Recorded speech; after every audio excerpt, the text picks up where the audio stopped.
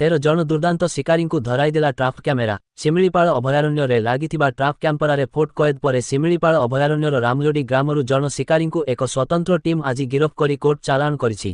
ଗିରଫ ବ୍ୟକ୍ତିଙ୍କ ପାଖରୁ 13ଟି ଧନୁଟି ତୀର ସହିତ ଗୋଟିଏ ହାତ ତିଆରି ଦେଶୀ ବନ୍ଧୁକ ଜବତ କରିଛି ବନ ବିଭାଗ।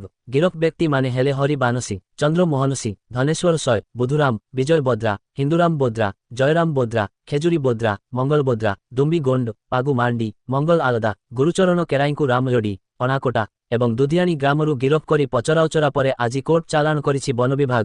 ଏହି ଚଢ଼ାଉରେ ଡେପୁଟି ଡାଇରେକ୍ଟର ସାଇକିରଣ ଡି.ଏନ୍.ଓଙ୍କ ନେତୃତ୍ୱରେ ଏକ ଟିମ୍ ଚଢ଼ାଉ କରି ଗିରଫ କରିବାରେ ସଫଳ ହୋଇଛି। ତେବେ ବର୍ତ୍ତମାନ ଅଭୟାରଣ୍ୟର ବିଭିନ୍ନ ଜାଗାରେ ଟ୍ରାପ୍ କ୍ୟାମେରା ଲାଗିଥିବା କାରଣରୁ ଶିକାରୀଙ୍କୁ ଧରିବାରେ ବେଶ ସଫଳତା ପାଉଛି ବନ ବିଭାଗ।